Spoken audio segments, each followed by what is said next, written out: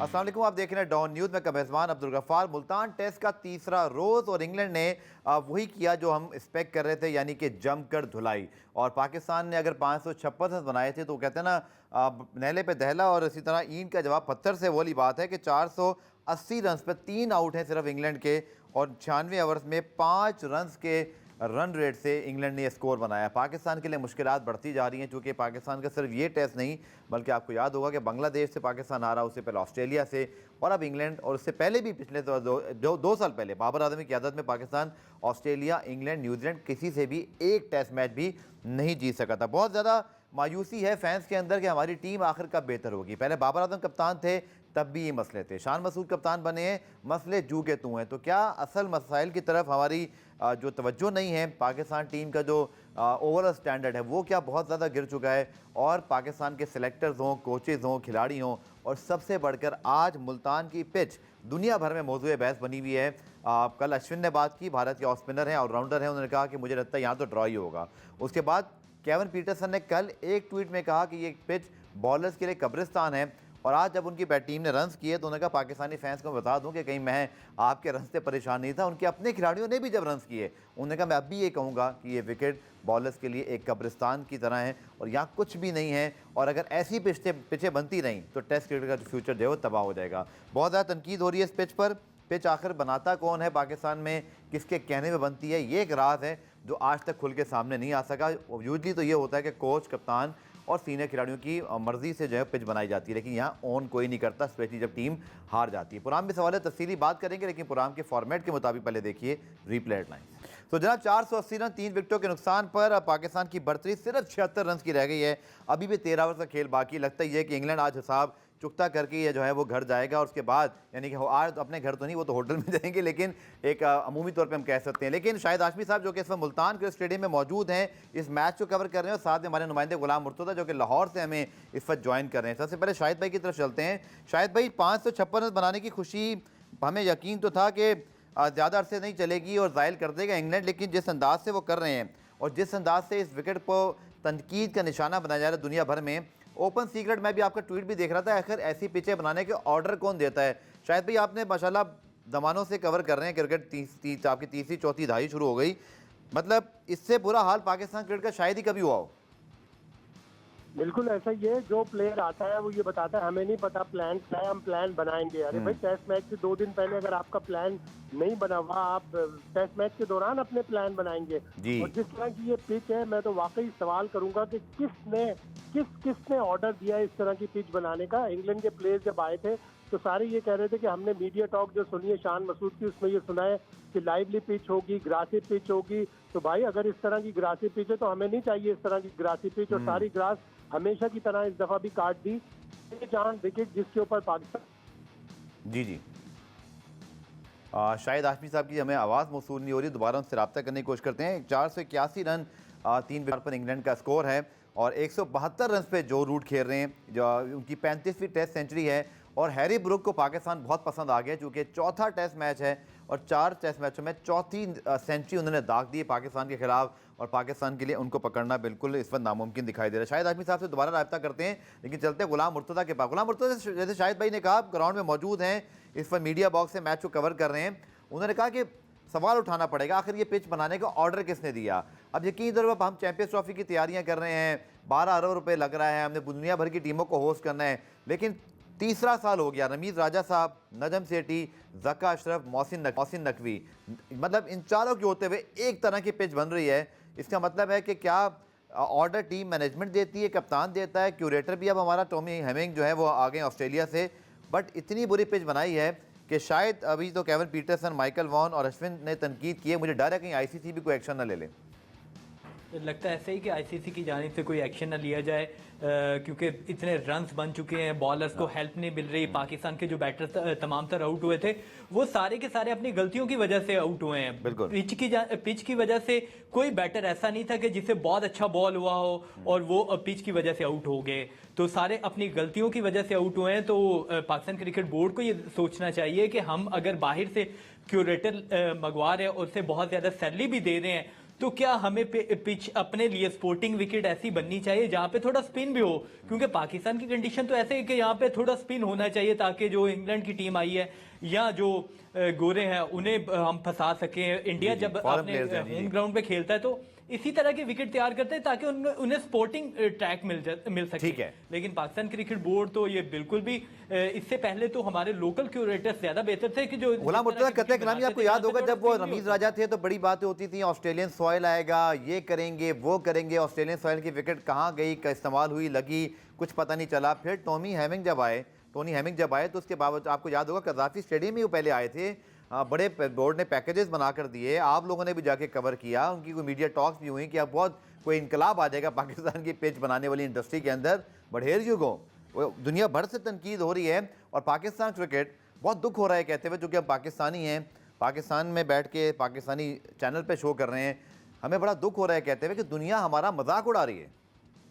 जी बिल्कुल, और इस विकेट पे भी पाकिस्तान अगर अपनी होम कंडीशन में इधर 3.25 की एवरेज से खेला है और इंग्लैंड की टीम जो यहाँ पे आई है वो तकरीबन 5 की एवरेज से वो खेल रहे हैं, तो पाकिस्तान के बैटर्स को और खासकर जो हमारे टॉप ऑर्डर के बैटर्स को ये भी देखना चाहिए कि वो किस तरह की बैटिंग कर रहे हैं। पाकिस्तान क्रिकेट बोर्ड की जानिब से जैसे आपने कहा कि ऑस्ट्रेलियन सॉइल की कज़ाफी स्टेडियम और नेशनल क्रिकेट स्टेडियम में विकेटें तो बनाई गई, लेकिन वहां पे मैचेस नहीं होते। वहां पे अगर इंटरनेशनल मैच करवाया जाए तो वो ज्यादा स्पोर्टिंग विकेट होगी जो बाहर से आने वाली टीमें हैं। तो पाकिस्तान में होते हुए हमें अपनी कंडीशंस के मुताबिक स्पिन ट्रैक बनाने चाहिए ताकि जो बाहर से जो दीगर टीमें आ रही हैं उन्हें मुश्किलात का सामना करना पड़े। अगर बांग्लादेश आई थी तो उसके खिलाफ हमने स्पिन ट्रैक नहीं बनाया इस वजह से कि वहां पे उनके पास स्पिनर्स अच्छे हैं, वो स्पिन को ज्यादा अच्छे खेलते हैं। लेकिन अब इंग्लैंड की टीम के खिलाफ जिस तरह की हमारी बॉलिंग लाइन है और इब्रार जो मेन स्पिनर है वो तकरीबन 5 की एवरेज से रन उनको हो रहे हैं।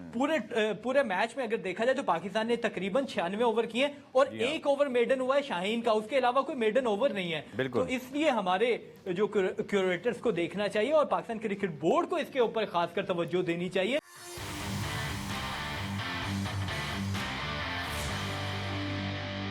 ये आपने बड़ा अच्छा पॉइंट रेस किया गुलाम मुर्तजा। चूंकि मैं इंग्लैंड के मेडन ओवर देखूं तो 5, 5, 10, उसके बाद 15, 18, 21 ओवर उन्होंने बैटिंग कराए हैं पूरी इनिंग के अंदर, यानी कि उनको 5 रन जरूर पड़े लेकिन वो कहीं ना कहीं डिसिप्लिन थे, कंसिस्टेंट थे, पाकिस्तान को मेहनत करना पड़ी। आपने बहुत अच्छा पॉइंट रेस किया क्योंकि रन इतने पड़ रहे थे कि हमारी मेडन के कॉलम की तरफ जो है वो तवज्जो ही नहीं गई। आपने बिल्कुल सही निशानदेही की कि मतलब तकरीबन हम 97 ओवर अब 98 ओवर का खेल जारी है। शाहीन शाह अफरीदी का एक मेडन ओवर इस पूरी इनिंग का मेडन ओवर है, जिससे ये जाहिर होता है कि हमने बहुत ख़राब बॉलिंग भी की है। पिच को तो चले हम कह रहे हैं गुलाम मुर्तज़ा, बट बॉलिंग भी हमने बहुत ख़राब की है।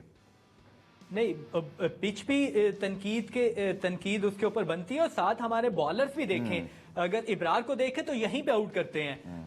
पाकिस्तान की इसी कंडीशन में वो खेलते हैं जब फर्स्ट क्लास में आउट करते हैं।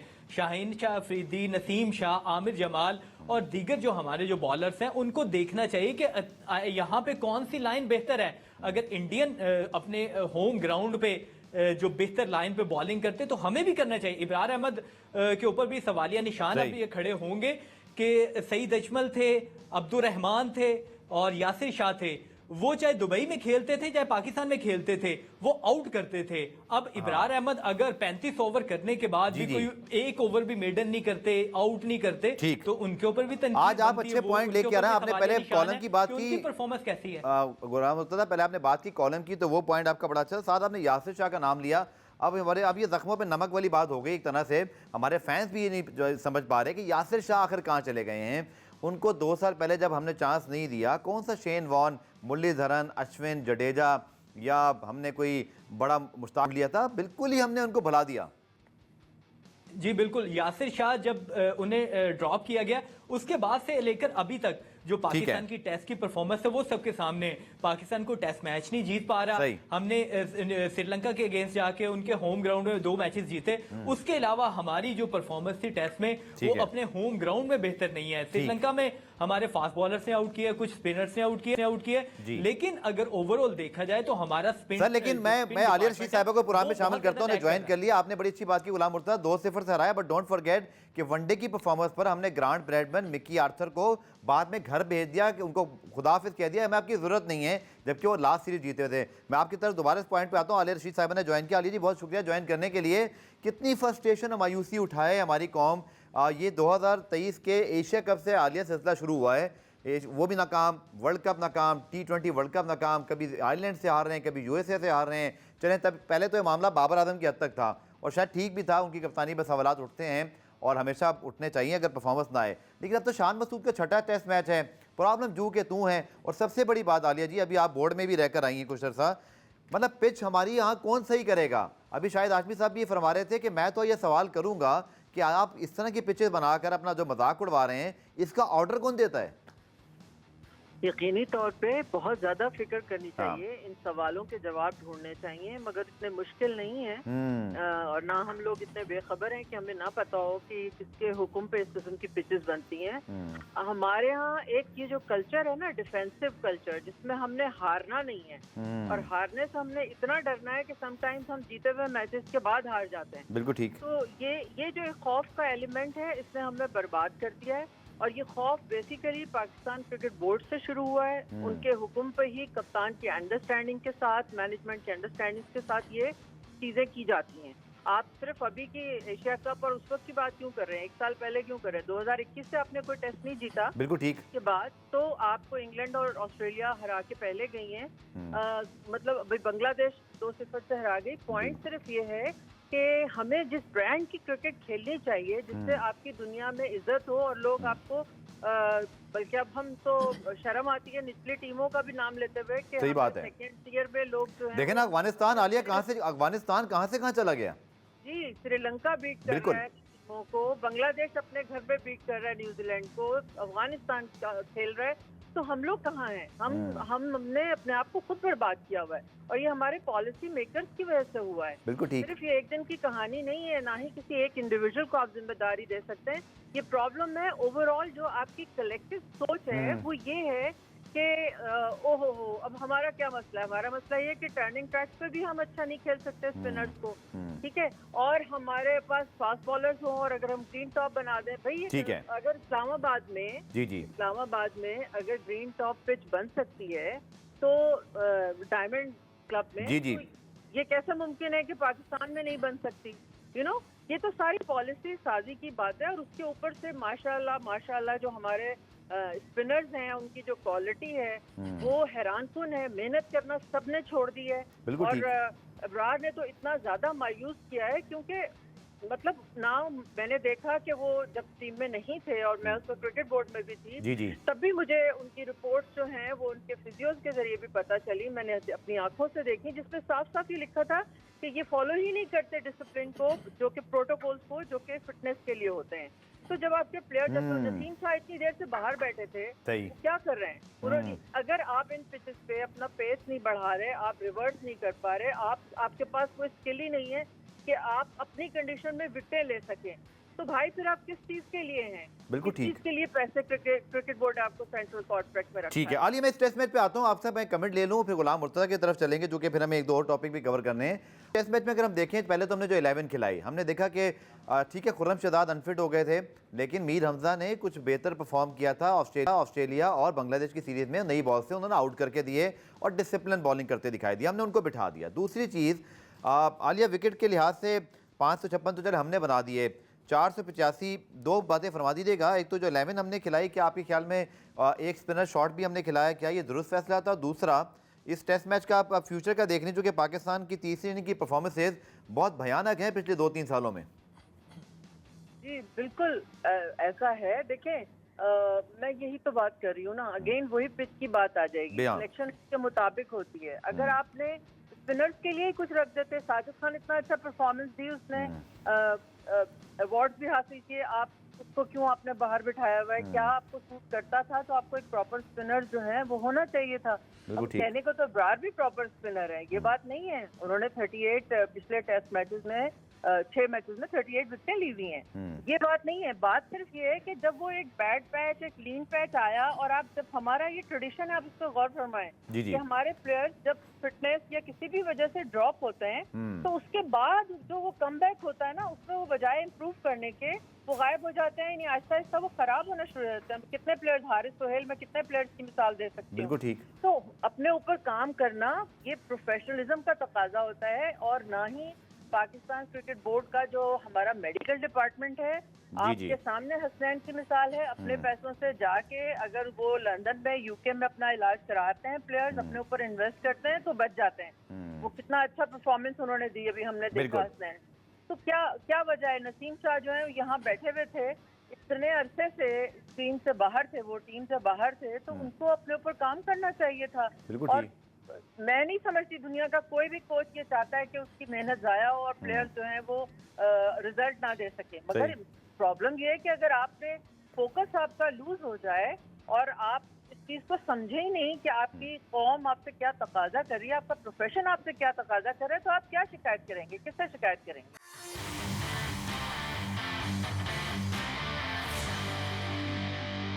आलिया, इस टेस्ट मैच में अब आपसे सवाल के फिर गुलाम मुर्तज़ा से भी यही सवाल होगा, पहले आप जवाब दे दीजिएगा। 486 पे 3, सिर्फ 70 रन की लीड रह गई है। इंग्लैंड ने 5 रन के रन रेट से जो बैटिंग की, उसके बाद 2 दिन का पूरा खेल बाकी है। प्रेशर अगेन पाकिस्तान पे आने वाला है, और जैसे हम सब डरते हैं पाकिस्तान की बैटिंग पे जब प्रेशर आता है, फिर एनीथिंग कैन हैपन। बिल्कुल वही पुरानी एक कहानी कहीं दोहराई जानी लगता है, दोहरा दी जाएगी। पाकिस्तान ने बड़ी इनिंग में पहली इनिंग में बड़ा स्कोर किया, लेकिन जब प्रेशर आएगा खुदा जाने फिर क्या होना है। हाँ, ऑब्वियसली पाकिस्तान का जो हमारे प्रॉब्लम जो है वो हमारा स्किल से ज्यादा हमारा ना मेंटल स्ट्रेंथ का है।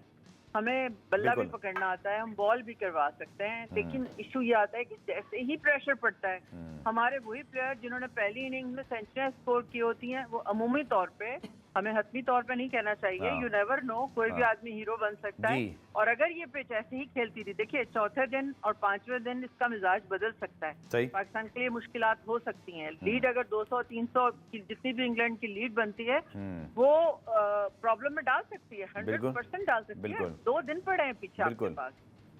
ठीक है गुलाम मुर्तज़ा, अगेन वही पिच वाली बात आलिया साहब ने जो फरमाया, अगेन 488 फॉर 3। इंग्लैंड में ख्याल में आज 10 ओवर का खेल बाकी है, 68 रन कमोबेश बराबर कर देगा। कल वो वही अपने स्टाइल का प्ले करेंगे और चाहेंगे कि हम 200-250 नहीं 300 जितनी लीड ले सकते हैं। तो प्रेशर पाकिस्तान पे आने वाला है, और फिर असल इम्तिहान शुरू होगा। चूँकि पहली इनिंग में तो आपने बड़े अच्छे तरीके से रन किए, जैसे आलिया साहब ने सही फरमाया कि चौथे 5वें दिन हर पिच कोई ना कोई आपको ट्विस्ट या एक इम्तिहान में डालती है। पाकिस्तान के लिए एक बड़ा इम्तिहान आने वाला है। पिच तो एक साइड पे, दूसरी जानिब जो पाकिस्तान के प्लेयर्स हैं तीसरी और चौथी इनिंग में किस तरह खेलते हैं, वो प्रेशर बर्दाश्त नहीं करते, ये पूरे पाकिस्तान को पता है। तो अभी भी क्योंकि इंग्लैंड जब भी क्रिकेट खेलता है तो वो रिजल्ट ओरिएंटेड क्रिकेट खेलता है, तो अभी भी वो खेलेंगे और थोड़ा तेज रन करके अगर वो पाकिस्तान को 150 से 200 की लीड अगर वो कर जाते हैं, तो उसके ऊपर बाद में पाकिस्तान के ऊपर बहुत प्रेशर होगा, पाकिस्तान को आउट करने की तरफ वो जाएंगे। और चौथे रोज और 5वें रोज अगर थोड़े पैचेस में स्पिनर्स ने बॉलिंग करना शुरू कर दी, थोड़ा रिवर्स स्विंग होना शुरू हो गया, तो फिर ऑटोमेटिकली पाकिस्तान को बहुत ज़्यादा मुश्किलात होंगी। इसी तरह बांग्लादेश के अगेंस्ट मैच था, आपने भी देखा, उसमें भी ऐसा हुआ, पाकिस्तान ने पहले उसे ड्रॉ अपनी इनिंग डिक्लेयर कर दी, उसके बाद हमें ज्यादा रन्स बने और तीसरी बारी में हम रन्स नहीं कर पाए थे। तो ये पाकिस्तान की अभी रीसेंट पास में तो इस तरह के परफॉर्मेंसेस हैं कि तीसरी और चौथी इनिंग में पाकिस्तान को रन्स करना बैटर्स के लिए तो बहुत ज्यादा मुश्किल हो जाते हैं। तो अभी इंग्लैंड का पलड़ा थोड़ा भारी लग रहा है, और कल भी उसी तरह वो खेल गए, उनकी पार्टनरशिप इसी तरह लगी, अगर वो आउट ना हुए तो फिर पाकिस्तान के लिए बहुत ज्यादा मुश्किलात हो सकती हैं। ठीक है आली, आपसे आखिरी सवाल, शान मसूद की कप्तानी यकीन तौर पर, जैसे मैंने कहा पहले भी अपने प्रोग्रामों में, जो गेस्ट आए, कि देखिए ऑस्ट्रेलिया में तो हम किसी को जज नहीं कर सकते, क्योंकि हमारे बड़ी बड़ी टीमें, बड़े बड़े खिलाड़ी जब एक ज़माने में दुनिया की बेस्ट टीम थे, तब भी हम वहाँ हारते हुए आ रहे हैं। 96 से कोई टेस्ट मैच नहीं जीते। लेकिन जो बांग्लादेश के खिलाफ सीरीज़ हुई, चाहे वो 26 पे 6 आउट से 262 करवाना, डिक्लेरेशन जो हुई, अब इस मैच में भी अगर आप देखें, नसीम शाह जब बैटिंग कर रहे थे और इंग्लैंड फ्रस्ट्रेटेड था, बट एक प्लान मौजूद था, लेग स्टंप के ऊपर बॉलिंग हुई, लेग स्लिप लगी हुई थी, कैच आउट, कप्तान बॉलर का कोऑर्डिनेशन नज़र आया। कोई चीज़ आपको आलिया दिखाई दी ऐसी, कप्तान कोचेज हमारे बॉलर्स की कोऑर्डिनेशन, ऐसे मौक़ों पे आप अपने कुछ टोटके आजमाते हैं क्रिकेट वाले के, जी फील्ड आगे कर लेते हैं, कोई आप लेग स्लिप की तरफ चले जाते हैं, कुछ ना कुछ आप करते हैं ताकि एटलीस्ट इस चीज़ को रोका जाए जो अपोजिशन कर रही है। आपको ऐसी कोई चीज़ दिखाई दी? देखिए, एक बात समझने की ज़रूरत है, मैं चाहे क्रिटिसिज्म बाबर आजम के ऊपर एज ए कप्तान हो या शान पे हो, ठीक है। एक चीज को समझने की कोशिश करें कि अगर आपके पास पीछे आपका जो जिसको कहते हैं ना दस्ता लड़ने वाले जो हैं, अगर उनके अंदर वो क्वालिटी नहीं होगी तो वो जो मर्जी कर ले, कप्तान अकेला तो बॉलिंग शान मसूद खुद तो बॉल पकड़ के नहीं करवा सकते ना। बिल्कुल ठीक है। पॉइंट ये, मैं समझती हूँ आपकी बात सही है, उनको थोड़ा सा प्रोएक्टिव होना चाहिए। लर्निंग है, आहिस्ता आहिस्ता, हमारे यहाँ तो ऑन जॉब लर्निंग होती है ना, तो जब चांस मिलता है, प्रेशर होता है, इंटरनेशनल मैचेस होते हैं, उसमें उनको थोड़ा मार्जिन मिलता है, वक्त के साथ वो सीखते भी हैं। आई एम श्योर कि ये जो हमारे पास अब आए हैं हमारे हेड कोच डीजी, ये बहुत बेहतर काम जो है वो इंशाल्लाह निकलवाएंगे। लेकिन देखें, हमें इसलिए एक ईमानदाराना सिलेक्शन करनी चाहिए क्योंकि हमें अपनी क्वालिटी को इम्प्रूव करना है, और क्वालिटी प्लेयर्स आप लेके तभी बात बनेगी। अब क्वालिटी प्लेयर क्या है? वही जिसके ऊपर प्रेशर पड़े। प्रेशर ये आपने आउट करना है। अगर आप 20 विकेटें नहीं लेंगे, आप टेस्ट मैच नहीं जीत सकते, जो मर्जी आप कर लें। लेकिन इसके साथ साथ फिर आपके पास वो क्वालिटी बैटर्स भी होने चाहिए जो इस कंडीशन में अब जो आ रही है आगे सेकेंड इनिंग्स में, क्या हम उससे कोप कर पाएंगे। मेरा कहने का मकसद ये है कि आप सिर्फ कप्तान को एक सिंगल हैंडेडली इंडिविजुअली जो है ना नहीं आप उसको ब्रैकेट कर सकते, ये ज्यादती है। आपके प्लेयर्स का काम है। देखिए, आपने बंगला, तो आलिया आप कह रही है ओवरऑल क्रिकेट का पूरा क्रिकेट ही सिस्टम हमारा कोलैप्स दिखाई दे रहा है। ना कप्तान कोई इंस्पायरिंग है, ना खिलाड़ी इंस्पायरिंग है, ना पिच हम ठीक बना सकते हैं। 2 साल से मुसलसल हार रहे हैं। शायद अब पहले ये वर्ड यूज़ नहीं करते थे, हम सोचते थे नहीं नहीं ऐसा नहीं हो सकता, हमारी हॉकी तो बहुत पहले तबाह हो गई थी, हम शायद वो ना सोचें। लेकिन आलिया, हालात तो कुछ ऐसी हैं जो हमने हॉकी के साथ अपने मुल्क में किया है, क्रिकेट भी उसी तरफ है। अब तो लड़कों में ना तो सेल्फ बिलीव है, वो जो एक हमारे लड़कों में एक कहते हैं ना एक मैच विनिंग इंस्टेंट होता था, नेचुरल टैलेंट, कहीं से मैच जीत जाना, चाहे वो रज़ाक की इनिंग हो, शोएब अख्तर के स्पेल्स हो, वसीम वकार। आलिया नहीं रहा वो कहते हैं तिलों में तेल दिखाई नहीं दे रहा मुझे। वो तिलों में तेल कैसे आएगा? आपको मैं बताऊं कि जो कप्तानी और सीना तान के चलना होता है, उसके लिए वो एनवायरनमेंट होता है। आप वो पैदा करते हैं वो चीजें जिससे कि आप अपने कप्तान को वो एतमाद देते हैं, कप्तान वो ट्रांसफर करता है अपने प्लेयर्स के अंदर। हमारा प्रॉब्लम क्या है? आप एक रात अचानक बाबर आजम को बुलाते हैं और कहते हैं कि जी आप कप्तान नहीं है, उसके बाद अचानक आप शान मसूद को बुलवाते हैं इंग्लैंड से, आप कहते हैं मियाँ अब आप कप्तान है, ठीक है? तो उसको भी नहीं पता कि मैं कितने दिन रहने वाला हूँ और क्या क्या मेरे साथ होने वाला है। और आलिया, फिर जो हमने शाहीन शाह अफरीदी के साथ किया, यकीनन जो हमने शाहीन के साथ किया, पहला फैसला ही गलत था, शाहीन को कप्तान ही नहीं बनाना चाहिए। और फिर हटाना जिस अंदाज से हटाया वो उससे ज़्यादा तकलीफ दे उनके लिए। एग्जैक्टली, मतलब आप इस तरह बनाएं और एकदम से हटा दें तो अब वो कहाँ से कॉन्फिडेंस आएगा ना। हम ज्यादती करते हैं गफ्फार, हम इस तरह की बातें करके ज्यादती करते हैं, इसलिए कि प्लेयर्स को आप सिर्फ ब्लेम नहीं कर सकते, आप उनको एतमाद तो दें, आप उनको बताएं तो सही।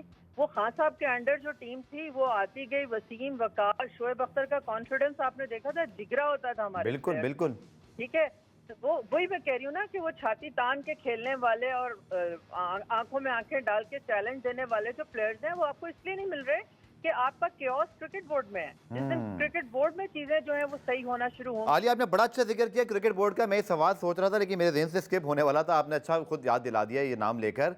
आप तो बोर्ड में काम करके आई हैं आलिया, और मुझे सारा अंदाज़ा है उस दौरान भी आपसे बातचीत होती रहती थी, उस वक्त हम वर्ल्ड कप भी खेल रहे थे, उसमें भी पाकिस्तान टीम की परफॉर्मेंस।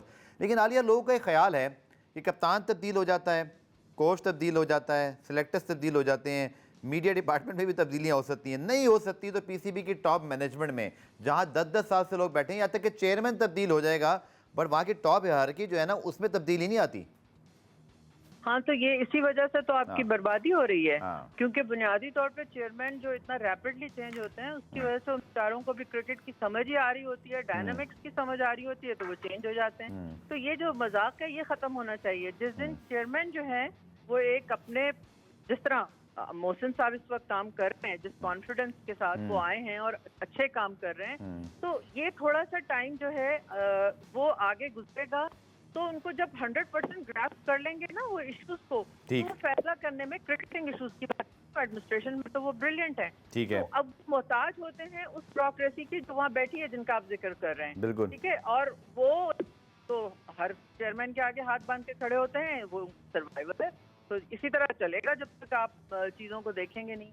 ठीक है, बहुत शुक्रिया। आलिया रशीद साहब हमारे साथ मौजूद थी और हमने तफसीली बात की इस पाकिस्तान क्रिकेट के क्लैश की, जो कि 2 दिन का खेल बाकी है।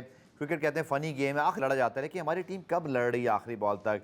ज़माना हो गया टीम एक मैच जीतती है, एक हारती है, समझ में आता है। 2021 से अपने घर में हम कोई टेस्ट मैच नहीं जीते। हम आयरलैंड, यूएसए, जिम्बाब्वे, बांग्लादेश से हारना शुरू हो चुके हैं और अब इसकी आदत पड़ गई है। जब जीत की आदत जैसे बहुत ख़राब होती है, लग जाए तो दूसरी टीम के लिए मुसीबत है, बट अगर आपको हार की आदत खुद लग जाए तो इससे निकलना बड़ा मुश्किल है। प्रोग्राम में ब्रेक शामिल करते हैं, ब्रेक से वापस आकर आईसीसी चैंपियंस ट्रॉफी के हवाले से मज़ीद बात करेंगे शॉर्ट कमर्शियल ब्रेक के बाद।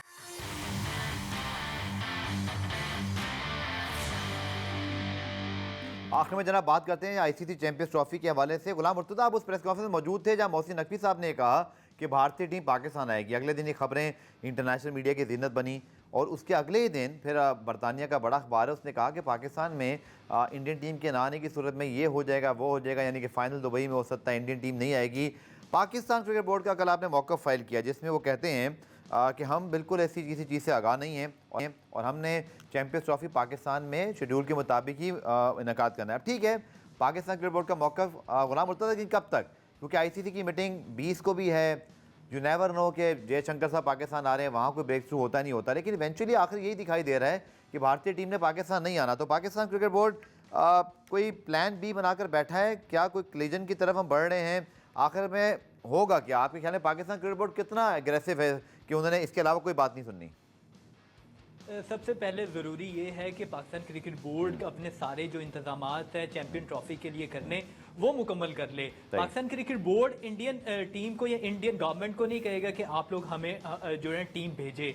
आईसीसी क्योंकि जो एक मुकम्मल तौर पे बॉडी है वो इंडियन टीम या इंडियन गवर्नमेंट से कह सकते हैं कि आप लोग चैंपियन ट्रॉफी पाकिस्तान में होनी है तो अपनी टीम भेज दें। तो इसलिए पाकिस्तान क्रिकेट बोर्ड की जानिब से ये मौक़िफ़ इख्तियार किया जा रहा है कि हमने तमाम तर जो इंतजाम करने हैं चैंपियन ट्रॉफी के हवाले से वो मुकम्मल कर रहे हैं और उम्मीद कर रहे हैं कि सारी टीमें यहाँ पे आके खेलेंगी। किसी भी टीम ने अभी तक कोई एलिगेशन नहीं लगाया कि वो पाकिस्तान में आके चैंपियन ट्रॉफी नहीं खेलना चाहते। सोशल मीडिया पे कुछ खबरें चल रही थी अफगानिस्तान के हवाले से कि वो भी नहीं आएंगे, तो उसके बाद बाकायदा अफगानिस्तान क्रिकेट बोर्ड को ये क्लैरिफिकेशन देनी पड़ी कि हम जो चैंपियन ट्रॉफी अगर पाकिस्तान में होती है कहीं पे भी होती है, आईसीसी का इवेंट है, वो खेलने जाएंगे और उनकी जानिब से ये कहा गया। तो अभी भी ज्यादा इम्कान तो यही दिखाई दे रहा है कि चैंपियन ट्रॉफी पाकिस्तान में होनी और तमाम तर जो मैचेस हैं वो पाकिस्तान में होंगे। गुलाम मुर्तज़ा, ये जो खबर सामने आई, चूंकि टेलीग्राफ आप भी मतलब वाकिफ हैं इस चीज़ से कि चले इंडियन मीडिया रिपोर्ट करे या इवन पाकिस्तान में बात करें तो हमारा भी अपना नेशनल इंटरेस्ट है, हम अपने मुल्क के लिहाज से करेंगे, इंडिया को अपने लिहाज से करना है, उनका मीडिया वो कर भी रहा है। बट एक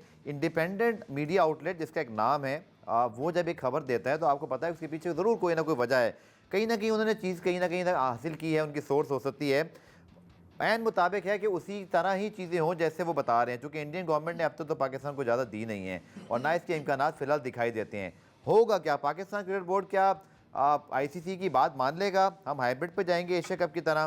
फिर इसमें यह भी पॉइंट है कि आगे पाकिस्तान को भी भारत जाना है, अगले 6 सालों में 3 मरतबा आईसीसी इवेंट खेलने हैं। तो कहीं ना कहीं आईसीसी का इम्तिहान भी आ रहा है कि अगर आज वो भारत को फैसिलिटेट करते हैं एक ऐसे पॉइंट पर जिसकी कोई तुक नहीं है, यानी 6 टीमें आ रही हैं, 7वीं टीम कह रही है हम नहीं आएंगे, तो कल को फिर पाकिस्तान को भी आपको फेस करना है।